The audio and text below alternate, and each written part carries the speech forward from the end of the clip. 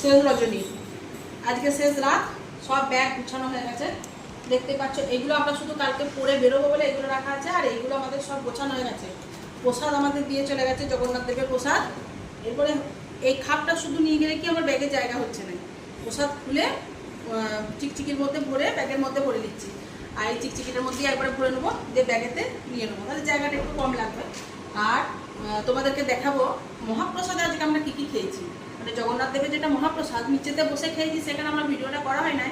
আমাদেরকে একটুখানি মানে পুজো দিয়েছিল বলে আমরা একটু প্রসাদ অন্য যে পান্ডা থাকে তিনি আমাদের দিয়ে গেছিলেন ঘরেতে, সেই প্রসাদটা আমরা এখানে বসে সবাই মিলে খেয়েছি। সামান্য একটুখানি ভিডিও করা আছে, সেটাও তোমাদের সাথে শেয়ার করবো।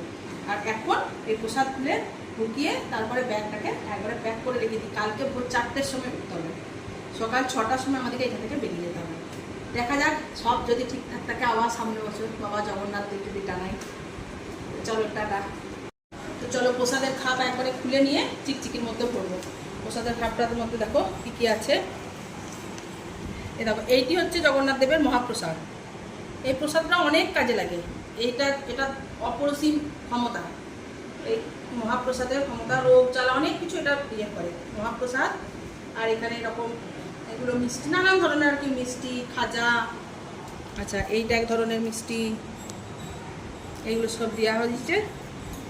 এই প্রসাদগুলো এবার সবাই নিয়ে যেয়ে বাড়িতে নিয়ে যাবো। ঘরে যারা যারা আসতে পারে না, আমার বর আসে না, আমার শাশুড়ি মা আসে না, তাদের সবাইকে দেবো, পাড়া প্রতিবেশী সবাইকে একটু করে প্রসাদ দেবো। তো চলো এটা ঢুকিয়ে দিই।